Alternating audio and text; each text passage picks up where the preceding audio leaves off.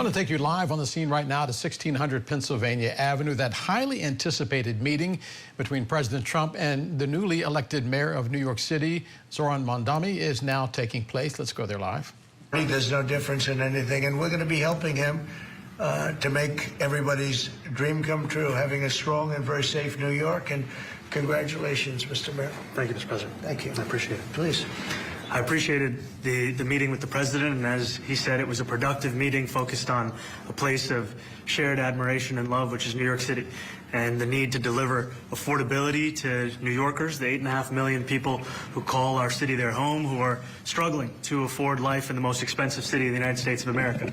We spoke about rent, we spoke about groceries, we spoke about utilities, we spoke about the different ways in which people are being pushed out, and I appreciated the time with the president. I appreciated the conversation. I look forward to working together to deliver that affordability for New Yorkers. Thank you very much. Any questions, please? President Trump, Stephen Nelson from the New York Post. I've got a question for you and then also one for Mayor-elect. Sure. For you, you referred to Mr. Mamdani as a communist. Can you describe why you feel that way? And also, will you do anything to stop him from arresting Prime Minister Netanyahu if he visits New York? Well, we didn't discuss your second part of the question, and on your first part, I mean, he's got views that are a little out there, but who knows? I mean, we're going to see what works, or he's going to change also. We all change. I changed a lot.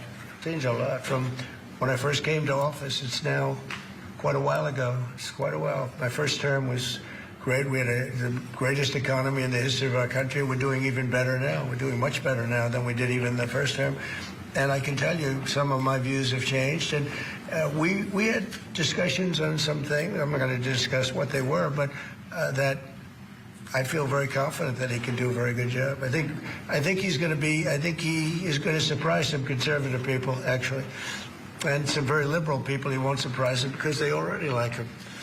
And Mr. Mamdani, it sounds like you had a productive discussion, but just days ago you referred to President Trump as a despot who betrayed the country. You said you'd be his worst nightmare and accused him of having a fascist agenda. Are you planning to retract any of these remarks in order to improve your relationship? I think both President Trump and I, we are very clear about our positions and our views, and what I really appreciate about the president is that the meeting that we had focused not on places of disagreement, which there are many, and also focused on the shared purpose that we have in serving New Yorkers. And frankly, that is something that could transform the lives of the 8.5 million people who are currently struggling under a cost of living crisis, with 1 in 4 living in poverty. And the meeting came back again and again to what it could look like to lift those New Yorkers out of struggle and start to deliver them a city that they could do more than just struggle to afford it, but actually start to live in it. And I've been called much worse than a despot, so it's not that insulting.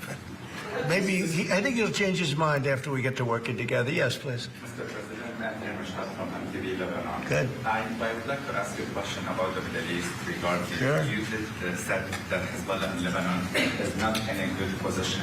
And Lebanon now is the final unresolved after Gaza and Syria. Given your assessment, like what do you say for the Lebanese today? It's in the independent state of Lebanon. And what is your next move to push toward disarmament? Sure. Well, we are pushing for total disarmament of Hamas and, frankly, everybody else. And we actually have peace in the Middle East. As you know, the King of Saudi Arabia just left yesterday. We had some great meetings, and he's made a contribution toward the United States of more than $1 trillion. We have now over $20 trillion coming in. No country has ever had anything like that, not even close. If you go to 2 trillion or 1 trillion, it's a lot. We have 20 or 21 trillion dollars. I think that Hezbollah has been a problem in Lebanon, big problem. We're working with Lebanon. We're working with everybody in the Middle East. That's another thing I think we have in common. We want to see peace in the Middle East, and we actually have now, for the first time, peace in the Middle East after 3,000 years. And now we're going to refine it, and I think you're going to see some very positive things. Mr. President, yeah, please. You threatened to send federal troops to New York City. You both have differences when it comes to ICE agents in New York City. Mr. Mamdani, you called ICE a rogue government entity. I wonder how you reconcile your differences on both of those issues. Well, I think we're going to work them out, and I think that if we have known murderers and known drug dealers and some very bad people, you know, we want to get them out. And the mayor wants to have peace. We discussed this at great length, actually, maybe more than anything else. he wants to have a safe New York. Ultimately, a safe New York is going to be a great New York. If it's not safe, no matter how well we do with pricing and with anything else, we can talk about anything you want. If you don't have safe streets, it's not going to be a success. So we're going to work together. We're going to make sure that if there are horrible people there, we want to get them out. I think he wants to get them out maybe more than I do. So we'll work together. We discussed it at great length. Yes, please. Yeah, two questions, if I may. One for you, Mr. President, from BBC in a second. But first of all, to the mayor-elect. You're both from different parts of the political spectrum. You're both populists, though, and I just wondered to what extent the president's campaign style, his techniques, his social media use inspired any part of your campaign. Well, I actually told the president that, so much of the focus of our campaign has been on the cost of living crisis. And when we asked those New Yorkers who had voted for the president, when we saw an increase in his numbers in New York City, that came back to the same issue: cost of living, cost of living, cost of living. And they spoke about the cost of groceries, the cost of rent, the cost of Con Ed, the cost of childcare. And too often politicians are looking to lecture to New Yorkers what they should care about as opposed to listen. And when we spoke to those voters who voted for President Trump, we heard them speak about cost of living. We focused on that same cost of living, and that's where I am really looking forward to delivering for New Yorkers in partnership with the president on the affordability agenda. Have you spoken to President Zelensky, or do you intend to speak to President Zelensky about your plan to meet with him? I've spoken with their people. We have a plan. It's horrible what's happening. It's a war that should have never happened. It would have never happened if I was president, and it's a shame. And I thought they should have acted quicker. But it's a cold winter, and a lot of the you talk about utilities, but a lot of the big energy-producing plants have been under attack, to put it mildly, to put it nicely. Yeah, we have a way of getting peace, or we think we have a way of getting peace. He's going to have to approve it. Just so sad, so many people. Last month they lost 25,000 soldiers. This is something, we haven't seen anything like this since the Second World War. They're averaging 6,000 or 7,000 a week between the two of them, dead soldiers. And it goes on, and I think they're getting reasonably close, but I don't want to predict. I would have said that would have been one of my early ones. I did 8 peace deals of countries, including in India, Pakistan. You could even go, in fact, they're coming here in a week or two, go to the Congo and Rwanda. That was 10 million people dead, and we worked something out on that. But so many, and the one I thought would have been, for me, because I have a very good relationship with President Putin, I thought that would have been maybe quicker. But it does take 2 to tango. And now you just see all the death. And, it doesn't affect us other than the fact that we don't want to see all those people that really is on the other side of the ocean. It's a war that should have never happened. It did happen. I blame the person also sitting right behind this desk. This is a war that should have never happened, and it wouldn't have happened if I were president. But we're trying to save a lot of lives. They're losing 25,000 lives over the last short period of time. That's Ukrainian and Russian, and it's a shame. What happened to President? I want to ask the mayor-elect about a House resolution just passed overwhelmingly to condemn socialism, including with 86 Democrats, all of House Dem leadership, and the minority leader, Hakeem Jeffries, despite his endorsement of you. What's your reaction to that? I have to be honest with you, I focused very little on resolutions. Frankly, I've been focusing... Socialism. I understand. I think the focus is on the work at hand. I can tell you I am someone who is a democratic socialist. I've been very open about that.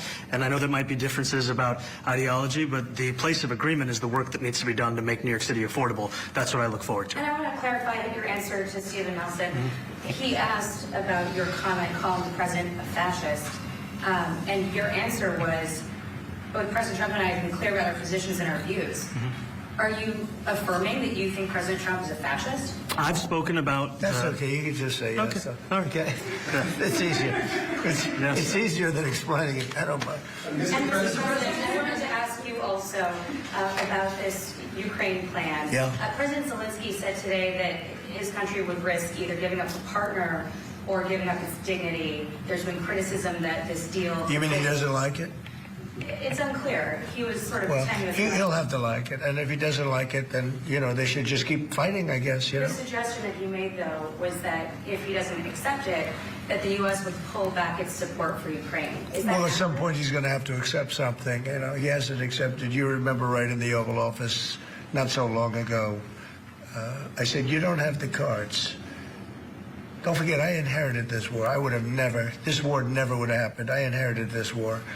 And I thought he should have made a deal a year ago, 2 years ago. The ultimate deal would have been if it never started. That would have been the good deal. That could have been done, too, if you had the right president. But you didn't have the right president. Mr. President, cost of living is something that you and Mr. Mamdani seem to agree on. Right. Democrats have run New York City for a long time, Mr. Mamdani. Do you see Democrat policy specifically as being a problem? And I'd like that to be a question that both of you could answer in New York City. Look, I think that there are many things in our city where we have to own the responsibility of it, things that existed long before the president was the president. And those are also part of the message of our campaign, was to take on a broken politics of the past. And I ran against a number of candidates who represented different versions of that past. And what we found time and again is that working people were left behind in the politics of our city. And what we're looking to do is put those people right back at the heart of our politics so that we don't have a situation where we're in the wealthiest city in the history of the world, and yet 1 in 5 can't even afford $2.90 for a Metro card. Mr. Mamdani. You know, we had some... This meeting can best be described as civil. Donald Trump, by the way, not referring to Mamdani as a communist. Donald Trump, by the way, saying at one point in time, you could call me a fascist, when one of the reporters asked whether or not that was the way that Mamdani would describe Trump. Trump telling the reporter he's been called worse, even saying that he thinks New York's new mayor will surprise a lot of conservatives. Less clear whether the meeting lived up to its billing, described as a modern-day clash between the Sharks and the Jets, or, if you're a little younger, the Outsiders.